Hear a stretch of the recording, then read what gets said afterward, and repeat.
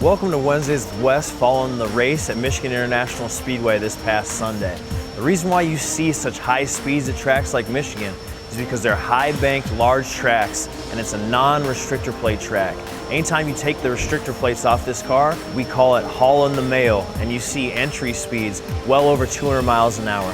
This makes it real easy for the car to slide out in front of these drivers, as you saw happen to the number 55 and Brian Vickers on Sunday.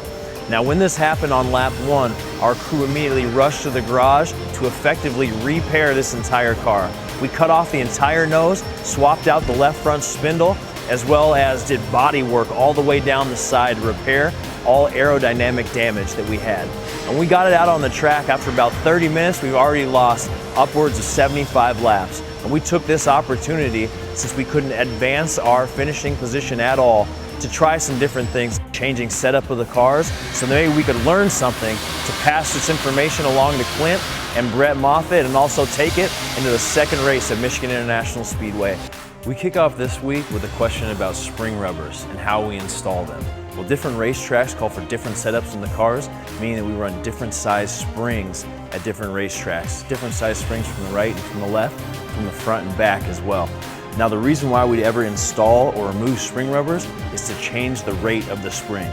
So when you're adding a spring rubber to the spring, you're actually making it stronger and more stiff.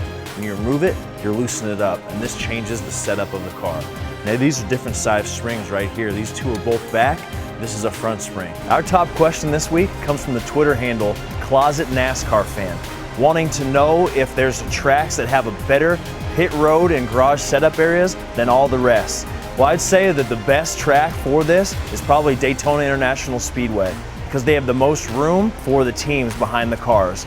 Now, the best thing that we could possibly have is to have our garage stall directly behind these trucks. It makes it easier for us when we're working on these cars. Now, if I was going to pick a track that has the worst setup, probably have to be Bristol Motor Speedway, because this track is so small that they really do not have garage stalls, and our pit stalls double as our garage area before the race starts.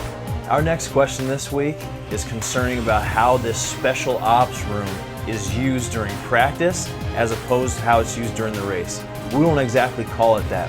We call this the truck lounge.